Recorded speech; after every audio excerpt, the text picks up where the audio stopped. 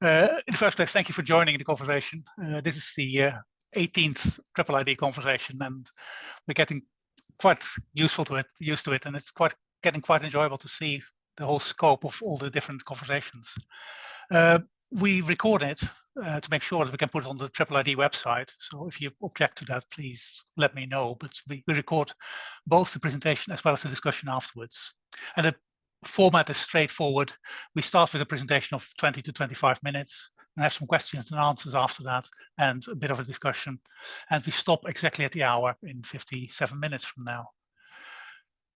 Our speakers today are Shraddha Kumbhar and Katherine Gillieson. Shradda is a UX researcher and information designer. She's based in Toronto at the moment.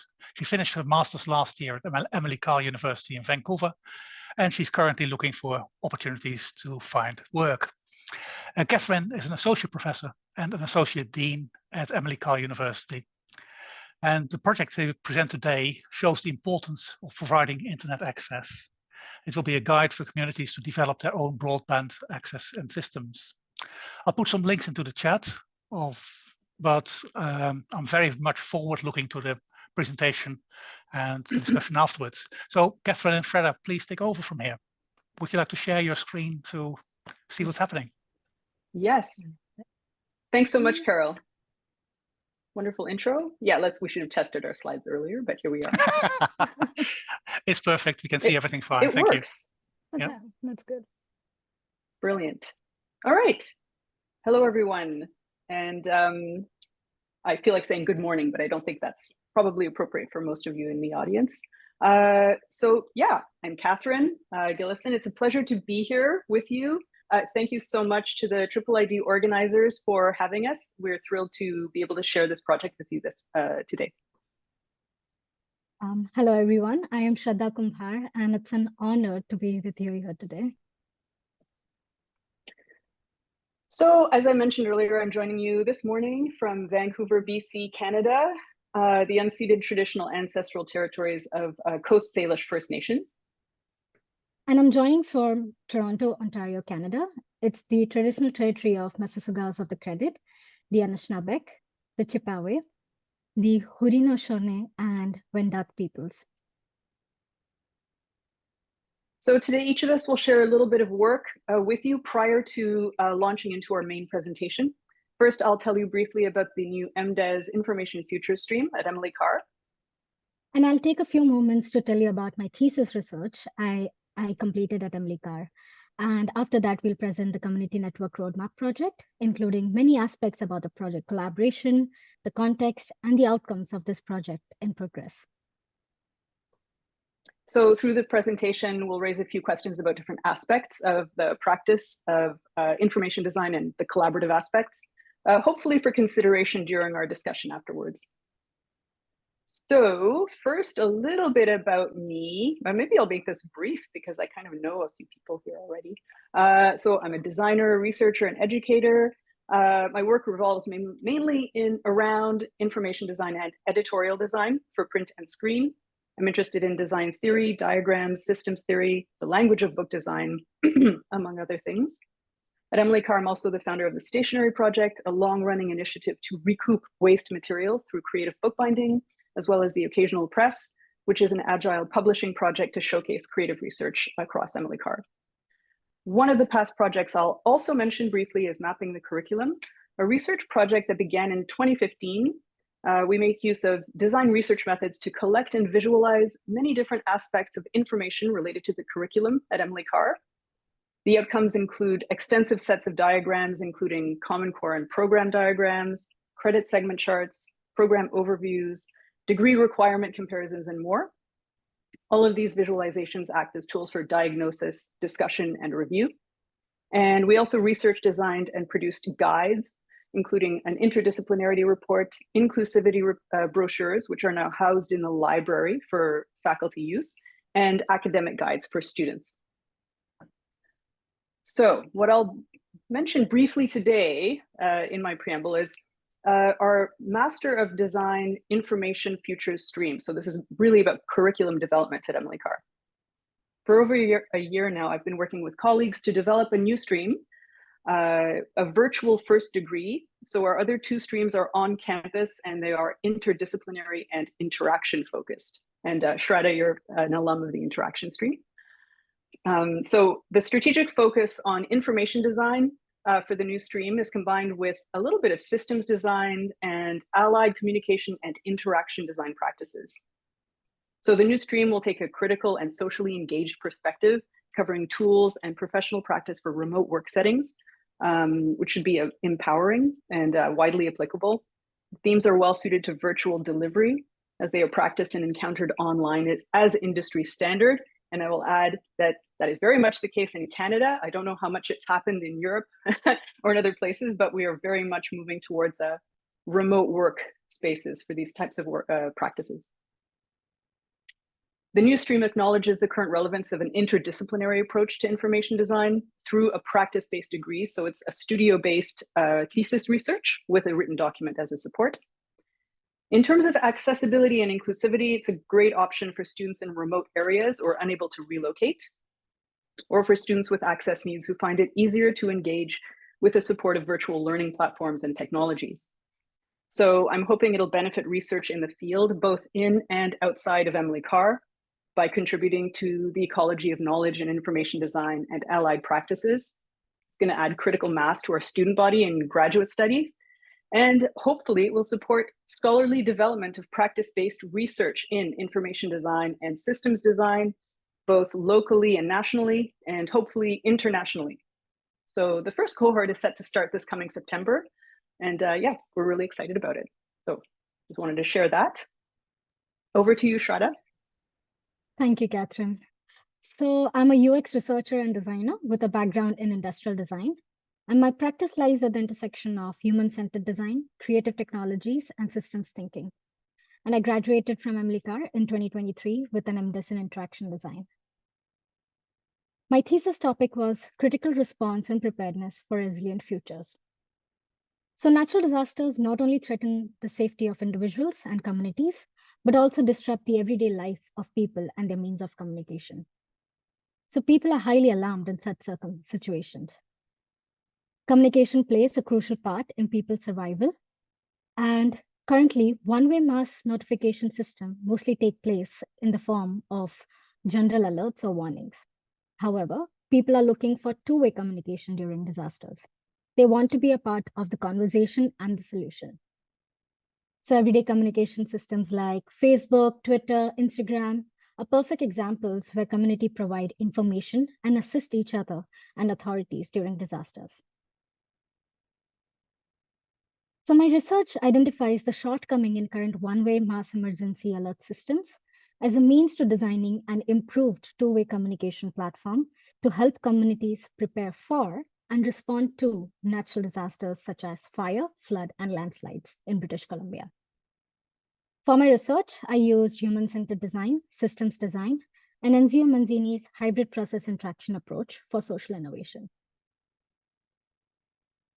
With the help of research insights, I constructed design principles that would help create reliable and standardized source for localized information distribution, provide a common place for collaboration among diverse community members, use everyday communication mediums like social media, and ensure government recognition for valuing the role of community members in the disaster response, preparedness, and recovery actions. And lastly, have a quick and easy access to localized preparedness plans for general population. To create Community Connect app, I used these design principles. It is a government-based information sharing platform that facilitates community collaboration and two-way communication, integrating seamlessly with Canada's National Public Alerting System, that is Alert Ready. This platform can be used by people inside the disaster zones, people outside the disaster zones, public volunteers, and government officials. And as I mentioned earlier, I used Enzio Manzini's hybrid process interaction approach of combining bottom-up and top-down systems. It is to foster open dialogue, create more equitable, sustainable, and resilient communities. This hybrid process aims to bridge the gap between people and the government, ensuring that diverse needs and perspectives are considered in decision-making process and leading to more effective and inclusive outcomes. Great, thanks, Shradha. And now on to our main project, the Community Network Roadmap. A 2023 study by the International Telecommunications Union estimates that 2.6 billion people are totally unconnected to the internet. It's a staggering figure. There are many reasons for this, including poverty, reliability of service, access to linguistically and culturally relevant content, and more. But maybe one of the biggest barriers is access to network infrastructure. Every element of a network needs to be built or installed, but it also needs to be maintained, repaired, and also replaced over time. So these elements include not only technical, but also social infrastructure, such as personnel and community relationships. So where there's lack of access to internet, community network act as a powerful tool for bridging the digital divide, enabling the underserved areas to access internet through infrastructure that's built, managed, and utilized by local communities. It's about connecting the unconnected, the internet by the people, for the people. This term is coined by the Internet Society. These networks not only lower the consumer costs, but also foster local engagement, skill development, and economic growth. By leveraging existing technology in innovative ways, community networks demonstrate how grassroots efforts can significantly impact global connectivity and inclusivity. So how did we get involved with this project? So last summer, I was invited by Michael Lithgow, who's an associate prof at Athabasca University in Northern Alberta. He'd been working with Esther Jang, a PhD candidate at the University of Washington, working in computer science and engineering. And they'd been working for a few years together on community network initiatives and especially collective and grassroots initiatives. So looking at the scope of what they were looking for, I invited Shradha to join us because of her prior experience and skills, which I thought would be very useful. The extended team of supporters and funders include other community networks, researchers, and funding from the Social Sciences and Humanities Research Council in Canada. So what was the aim of the project? The aim was to create a guide that capitalizes on visual and structural organization to create a pedagogical tool to access this complex information. So it's geared towards people with no prior network experience, so they can work their way through different issues that arise in the design, creation, and also maintenance of a community network. So the lack of digital connectivity is a systemic problem, and the grassroots initiative to build a network is a collective response to that systemic problem. And this is both for inner city and urban environments, as well as remote and rural areas. So that was the challenge that was set out by the team for the project, is to assemble and organize the information in a presentable way, but also further to even promote the creation of grassroots community networks. So here's an overview of the timeline, showcasing our agile and iterative approach to design and development process. We started this project in summer 2023, and the initial launch of the guide was occurred last month. The project was based on Michael's and Esther's past research and experience of participating in community networks. And now we'll talk more about the aspects of our design and collaboration process. So we started off with a few precedent studies, and it was observed that the materials available online is scattered and diverse, extremely diverse, and sometimes very technical. And the information to build the community network is often filled with long, overwhelming documents and articles. Due to these obstacles, individuals need to go through different kinds of resources and connect with experienced people. This slide just shows how and what people see when they're searching for community network information. So we began with a Miro board to develop the project specifications because we weren't quite clear what they wanted to do or how to get started. They stated quite adamantly that they didn't want a guidebook. So we created some journey maps to understand what we thought the users would be doing and to figure out what would make sense as a designed outcome. So, the Miro is really a sense-making tool to identify the project requirements to figure out what it should be. And it turned out that we ended up with a guidebook after all. Following our initial research and clarifying the project's parameters, we expanded the Miro board.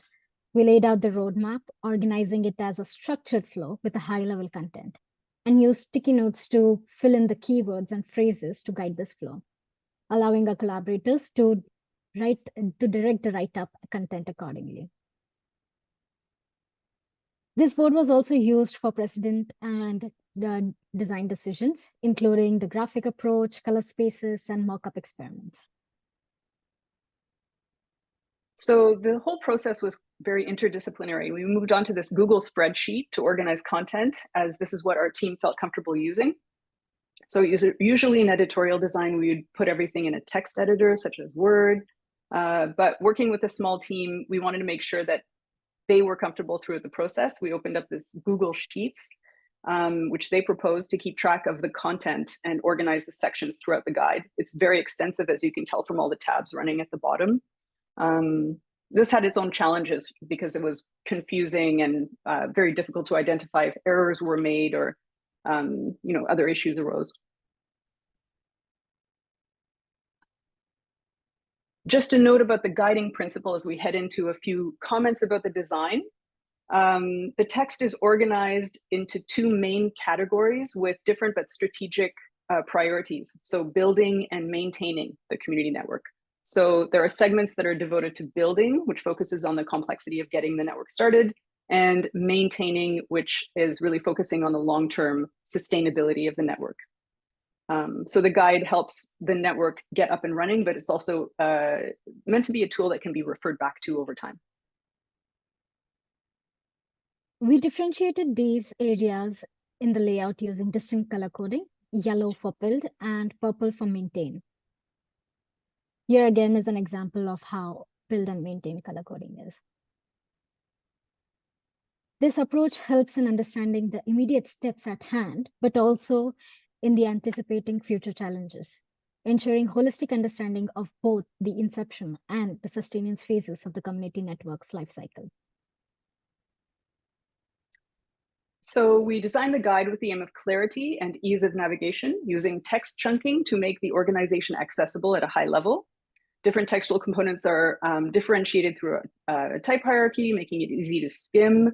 The layout makes use of photography and graphics to enrich or reflect the written text, further clarifying the content and hopefully engaging the readers. Icons and graphics were used to diminish the textual overload and convey information in an easy to understand manner, making the content more accessible. We chose icons and infographics instead of illustrations to maintain the neutrality and avoid the subjective interpretations of illustrations that might evoke. We also experimented with various color palettes to enhance the clarity and distinction of the build and maintain sections, ensuring they were legible and accessible to people with color blindness. Additionally, we had black and white color options as well. So we tried our best, although achieving 100% accessibility and inclusiveness can be very challenging. So one thing we did is the guide makes use of extensive links to external sources. Here you can see the links on this page outlining operational community networks around the world, for example. This creates an economy of content because readers can take advantage by following the links to find further details about any subjects. And these were very important channels to external sources. It contains a lot more information than we could possibly fit into the space of the guide.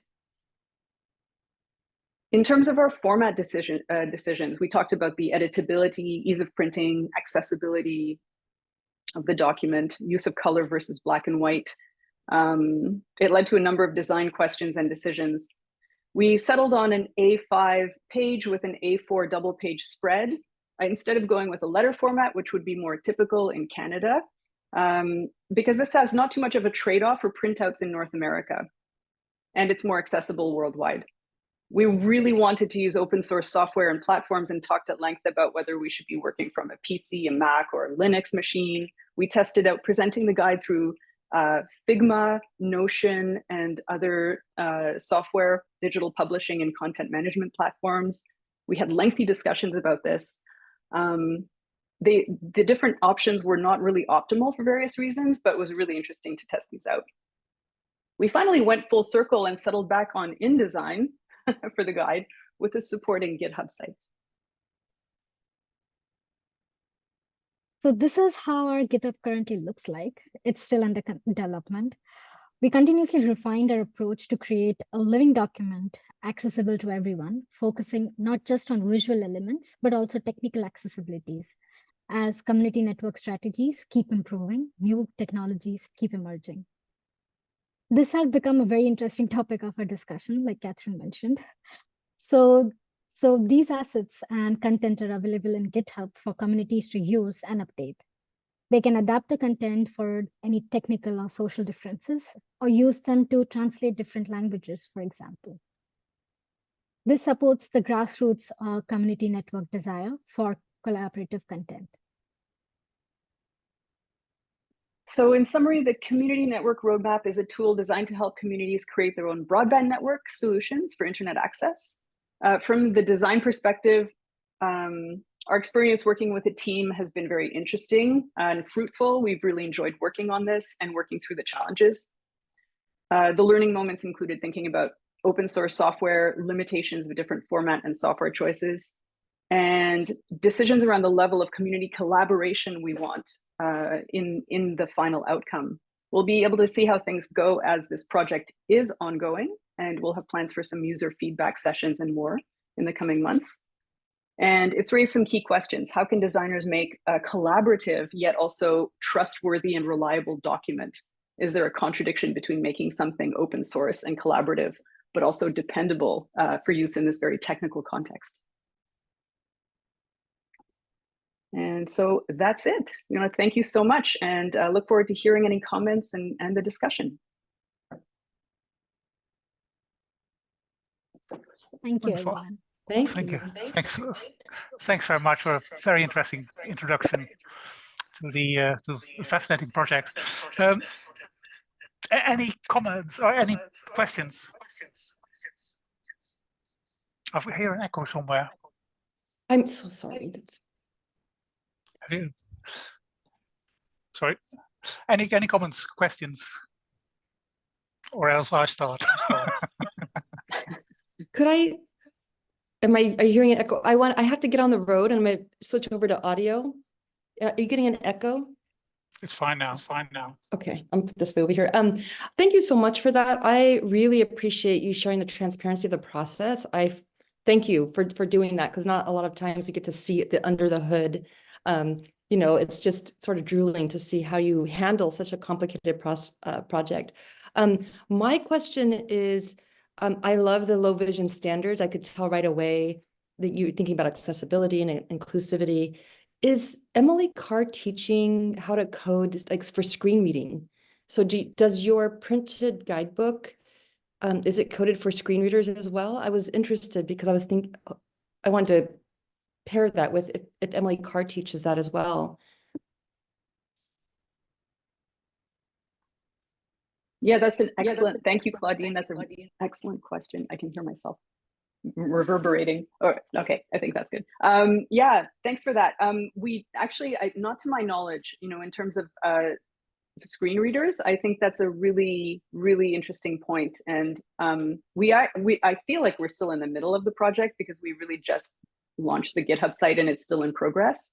So this is something that we should address, probably, Shraddha. I think that would be really interesting.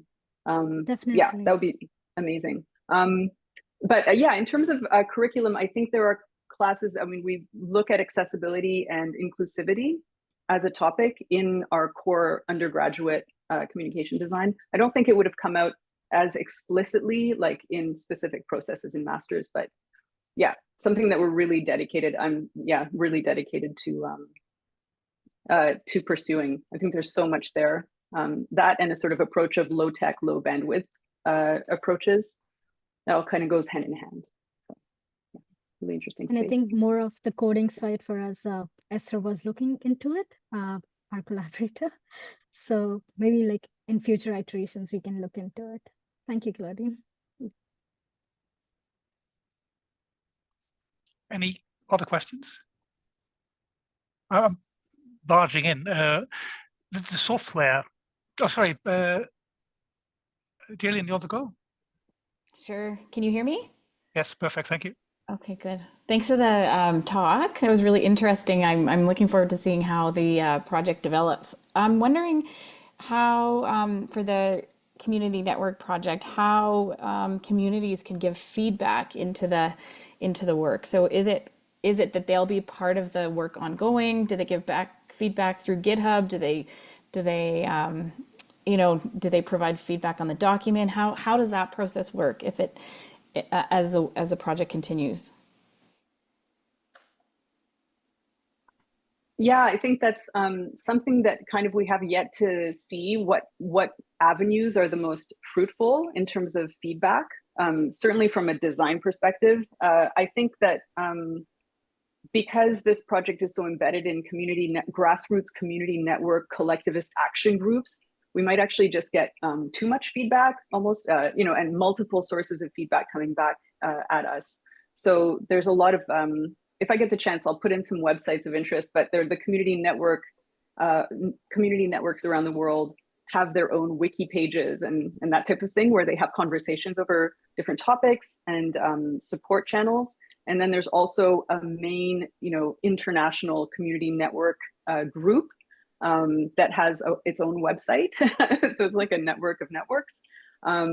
And I think the GitHub site itself is actually set up for continuous commenting and updating as well. Shraddha, you probably have more Yes. to add about that. Yeah, so the whole idea of GitHub was like people will be able to make edits, like suggestions, so that suppose Michael or Esther would be able to make those edits accordingly, so that it can be reached out to different locations. So in rural areas, there might be certain kinds of needs and expectations, suppose the topology and everything, which urban areas might have different because we have so much tall buildings and everything. So they might be able to join, add in more strategies and those kinds of things. So that was the whole idea, but it's still under development here. Great, thank you. It's really interesting. Thanks. Diana, good to see you here. Hi. I don't know how much this is related also to the topic that you showed prior, with like used in emergency cases, probably or not. But an instant idea I had is like when you have those community networks or networks, is there any source or any need to know who would not be or who would fall through the net, like who would not be reachable?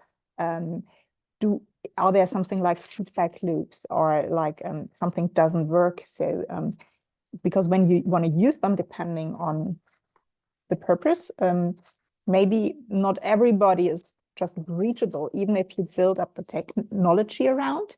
But then there are so many other levels, like people are just not capable, people seek information otherwise, or they are isolated for other reasons. Is that a aspect, or is it just like, say, like the social component of network?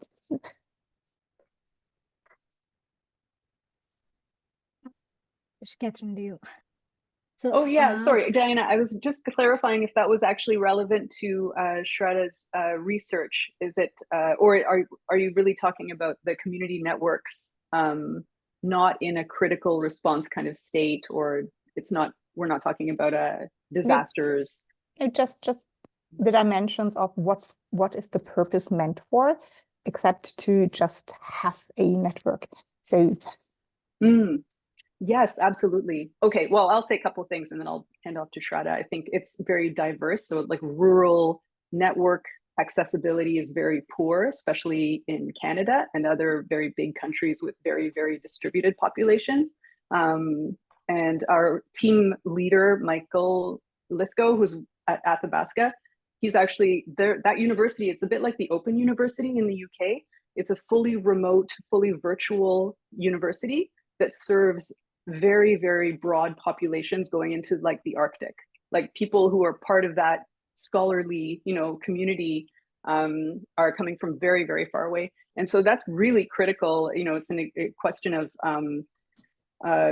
the health and the empowerment of rural communities in Canada and elsewhere.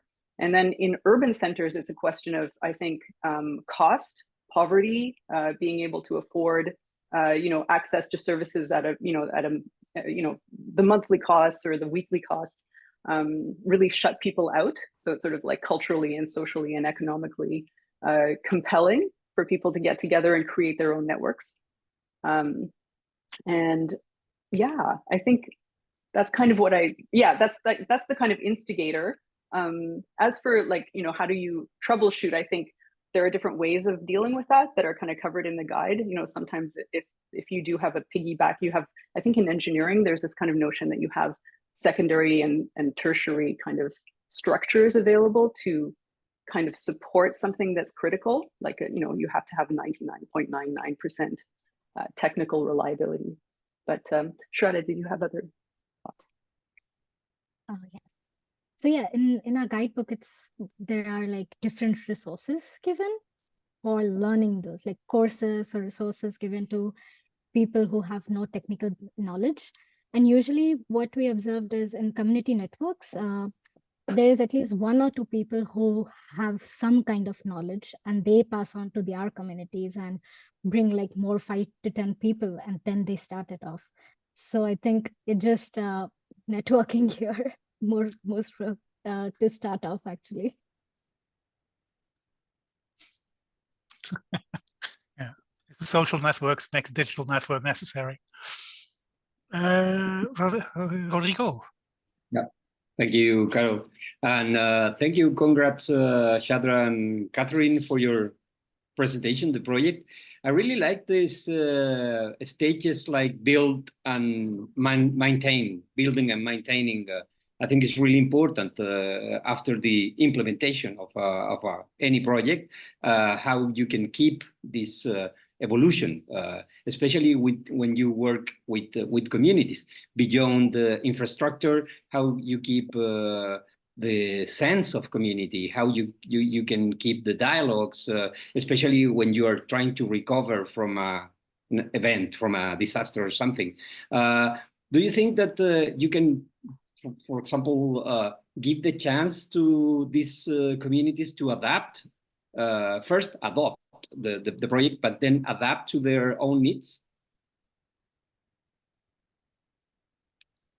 Thanks for that, Rodrigo. That's a great point. I appreciate also you're mentioning the build and maintain. I feel like that format or that approach really maps onto a lot of different kinds of scenarios in design when you're talking about, designing for, developing different types of things, socially engaged kind of projects.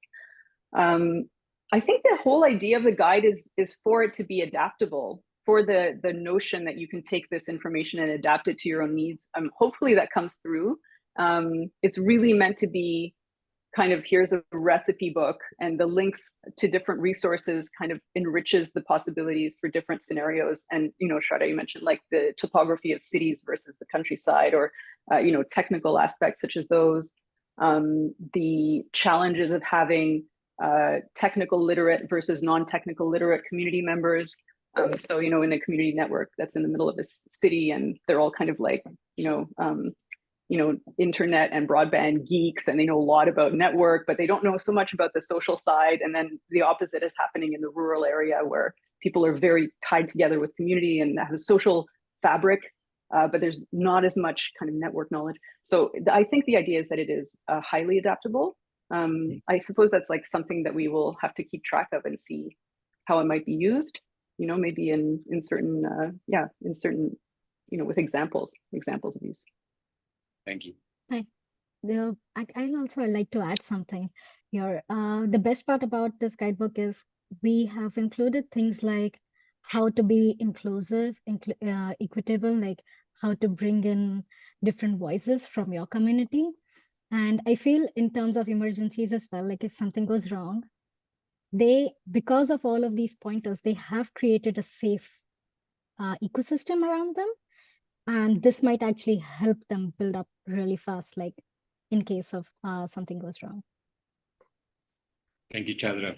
I think it's really well connected with the risk cycle in the stage of recovery. When you try to reincorporate the normality or the new normality, for communities, this can be a totally huge change. So giving the possibility to rejoin their sense of community is really, really important. Thank you. Wonderful. Any other questions? Can I pose? You mentioned the suitable software is missing. Word is not very suitable. You use Google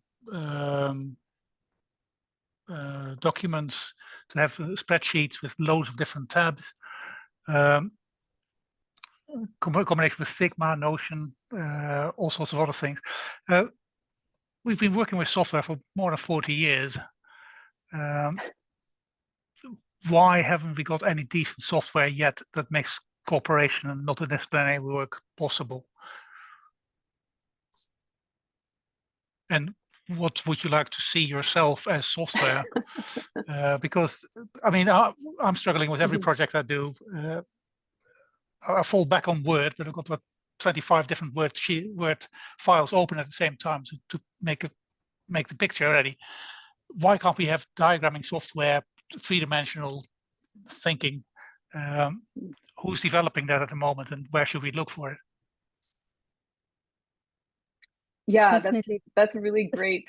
Shradha, do you want to start this time? No, I just wanted to add on to his point actually on even GitHub, for example. It is also very complex. Like if someone new who has never used GitHub, only has seen on YouTube or something, and they open it, it's quite overwhelming. Like, where do I start, kind of a question. So that's really a good question that you asked. Back to you, Katherine. Yeah, that's a really, I mean, absolutely. And I think the software question is actually a little bit of a red herring, because what we were dealing with is the attitudes and expectations and experiences of the team members. Well, it's not really a red herring, because, you know, it'd be great to have like a beautiful single piece of software. But I think that it was also just dealing with what they were used to using. Like actually what they were used to using was the best choice. And, you know, Google Sheets, they were used to that. We're going to go with that, you know, and that was sort of like conforming our expectations to whatever makes it easiest for them to undertake that process of developing the content for the guide. And to me, it's like, it's almost more interesting, because in some ways the guide is very mundane. Like it's not super interesting to look at visually. You know, it's more like the interesting part of this is the collaborative process and conforming in a sort of like talking continuously with, you know, this like, you know, an English prof and an engineer, and trying to figure out what they felt comfortable using and that we could make it work.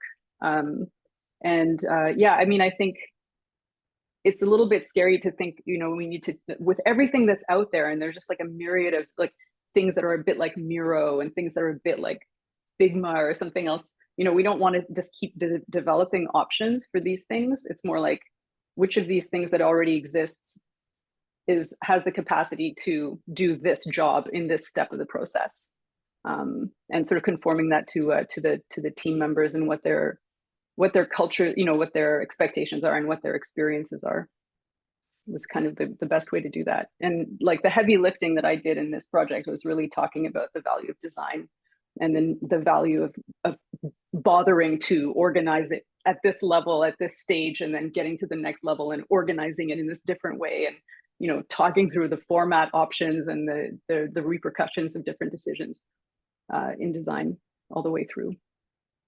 Sorry, I'm kind of like meandering now. Yeah, no. At one point you mentioned that you use A5 format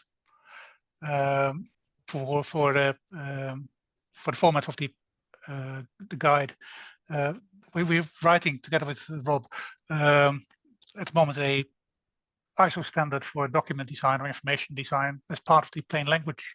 And one of the things that we really struggle with is the first step of every design process, or first step, one of the important steps is how do you design the format? How do you choose the format of the ultimate result? There's nothing to guide you there. And GitHub is a result. The A5 guidebook is a result. But how do you decide on that, and how can you be sure that it actually works before you start designing it? Yeah, and I think that was the sort of like going to hand it over to Shradha very soon, but just I think that was the intention of the early stages, where I think it was kind of visionary for like Michael to reach out and say, I think we would like some design vision in this project, you know, we need some design help, but without really knowing what it was going to be or what it should be. And thinking like very clearly, Esther and Michael were thinking that there would not, you know, it shouldn't just be a guidebook, you know, that's very, it's a mundane kind of outcome. But that's fair. And so we started with the Miro to kind of suss that out somewhat. Yeah. We had like earlier discussions as well, whether it's should we create something like a brochure or a big, large, foldable template kind of a thing. And then I think the major reason for A5 was it was like small, easy to hold kind of a thing. And then they can keep it like easily. And then because we divided our build and maintain section separately, we also thought about, you know, where people can just print out the maintain sections and then use that rather than printing out the whole book and these kinds of things. So these all kinds of discussions were happening around like selection process of it. I think we also talked about having it be a wiki, like the whole thing should just be a website only all the time, and anybody can add to it, you know, it's kind of like radical open access, open collaboration kind of formats. You need to network to access the wiki. Yeah. Yes. It might be a bit in conflict with the guide itself. No, that's so true. And you know, the irony of like having a PDF that's full of links. I think one of the things that Esther did was she went through and systematically tested every single link and shortened them and made them accessible in her mind to somebody who was actually reading it as a printout. You know, it's something that you could type into your phone or something like that. Yeah. It's these practical things. Yeah, go ahead. Curiosity. Yeah. We tried Notion like for 1 or 2 chapters, like for testing it out. It seemed fine because from Notion we could like print out documents as well. So that seemed fine for a bit. Then we realized that because Notion is a private company, we don't know whether in future they'll start charging people. And plus this is like a nonprofit thing, so we might not want that. And there was very limitations of, I think 50 to 100 participants only. And then that doesn't fit in again. So there were lots of limitations and restrictions for us to, you know, try to have one open document, which was easy. It's absolutely fascinating. It really is a nice thing to hear. The next step, of course, is this getting the community involved again and asking them how they react and how they experience the whole system, and if they could actually work with the guide. You involved them earlier on in the design process. Were they involved? Was it via Michael and Esther that you got into it? I would say that the involvement of community networks was really embedded in the interactions that they had that Michael and Esther had with community network groups. Esther herself is really embedded in that space anyway. Okay. So she's kind of the representative of those community networks and a constant liaison with her own, the Seattle Community Network, which is very, very active. And this has been a really short project, actually, all things considered. So it started just last June. So not too much kind of back and forth with, you know, connections with groups from our perspective. But it was something that we talked about from the beginning, and we had intentions to, you know, user test or focus group or something, you know, get some feedback from members from the beginning. Yeah. And referring back to the curriculum you have for the master's degree online, how are you going to involve people in the design processes if you can't monitor them because they're halfway across the globe, the other side of the world, because it's an online course? That's a good question. Yes. So there's different, you know, actually it's funny because it turns out that it's almost, we use so many platforms that are shared online platforms now. You know, and Shradha and I, we're very far apart geographically, but we've been working on Google. We've been working this far apart geographically from the beginning of the project. And it's been pretty seamless because we've been using Google Sites and different tools for sharing that are online. And it's amazing how much you can get done almost fully remotely now, and almost everything is on some cloud or another. So I think that's the key, is keeping everything kind of in a shareable zone almost. I have no worries about the new degree, the virtual degree, but because there's a couple of things. A lot of the people who are going to be enrolled in the first cohort are actually local, and they happen to be parents or caregivers, and like that we can get together in person occasionally. But I think that it's also very, very, it's just becoming standard to be able to feedback and comment on each other's design work in a remote setting with these tools that we have available. And maybe we take it for granted a little bit when we're teaching in person, but we're actually using those tools even when we're teaching in person. Absolutely. Yes. Yeah. Any other questions or comments?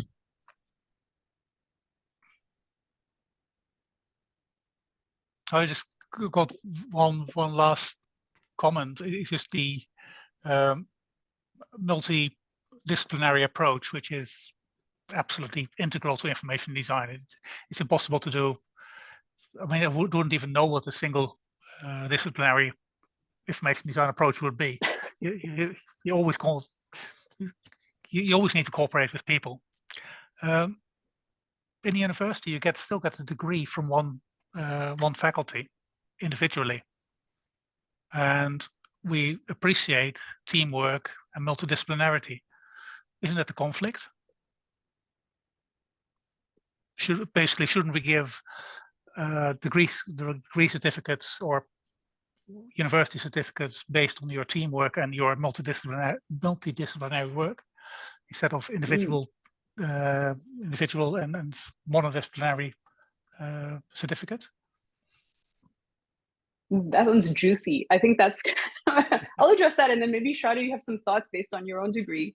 I think that it's kind of a conundrum, and I've thought about this a lot, looking at interdisciplinarity and what does that even mean? That's not even a word. That's what I've heard at Emily Carr. Like, that's not an actual word. You can talk about interdisciplinary or multidisciplinary, but you can't. It's also something that you can't pick apart. It's kind of a weird semiotic kind of tension there, because you can't have inter or multidisciplinarity if you don't have a sense of your core discipline either. Like, if you don't actually have a little bit of a node, a little bit of a fuzzy center of what it is that your discipline is all about, it's really not possible to define how that comes across or how that overlaps with other quotes disciplines. So you totally need both for that whole system to make sense. So yeah, and Emily Carr, we don't finally divide down our programs. We have one curriculum called Master of Design, and it's part of the Faculty of Graduate Studies, which includes the MFA. So the whole, it's a very small, it's an umbrella that includes just studio-based or practice-based research for fine art and design. So it's a very, very broad, it's almost too broad, but it's, that's how it works. Yeah. I'd also like to add to it. Yeah.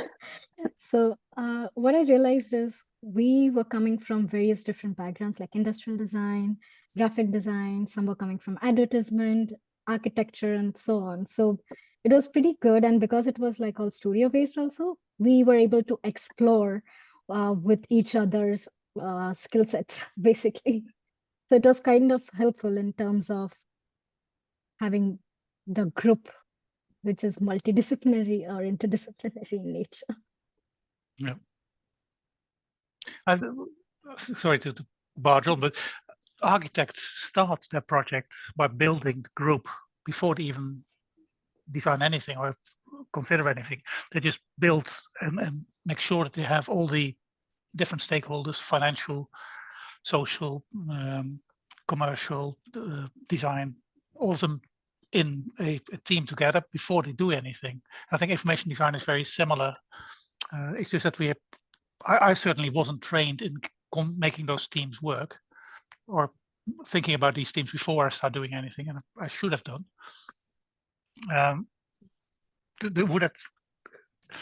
Is it possible to train students, educate students, inform students that that's an important part of the job. I think that's a good one for a general discussion with this particular group in the audience. I'd say yes, 100%. Part of your job as a designer is really to be a project organizer, facilitator, understanding how different points of view come together and how they might clash. And, you know, in what other professions do we really talk at length about different people's perspectives and cultures, you know, their cultures of work and their expectations coming into a project? And we have to be hyper aware of that all the time and you know, think about translating the way that we talk about what we're doing for different types of perspectives. You know, it's just a key critical attribute, I think. I'd be interested to know what other folks here think of that. Any reactions?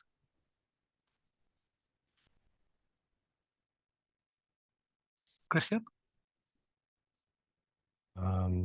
Hang on, can you hear me? Yeah, All right. perfect.